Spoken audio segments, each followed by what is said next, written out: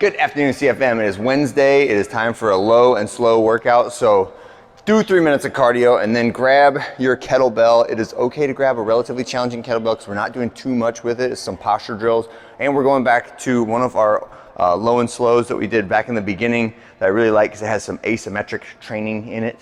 So as soon as we start, it's going to be a 40-minute low and slow AMRAP, which just means repeat this sequence but maintain your heart rate in that 120 to 140 beats per minute, which is our zone 2 cardio range.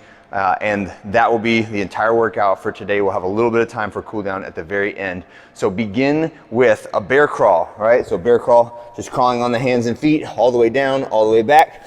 When you get finished with that, right out the door for a 600-meter jog or somewhere around 3 minutes to 4 minutes of cardio. When you come back, kettlebells across the front or the back, doesn't really matter where you start.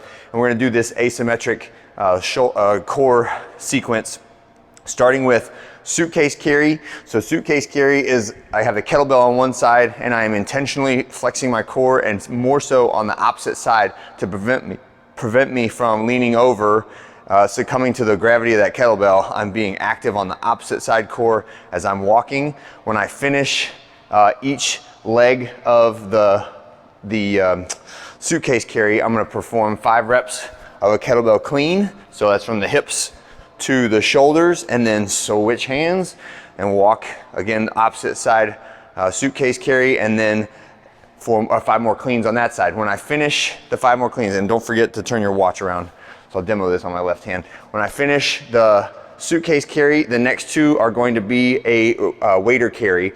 You can do this either a front rack carry or a wader carry. So the wader carry would be in the overhead position. The front rack carry is a little bit easier and you can have that option.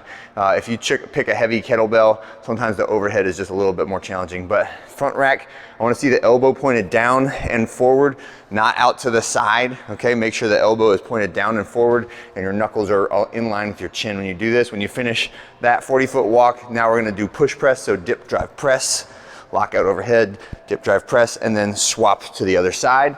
When you finish that, you are going to be done and start your bear crawl all over again. So they're relatively short rounds. You accumulate quite a few of them, so just make sure you manage your pace and don't overdo the first round. When we're done with that, make sure we take our time for cool down today, restore the body.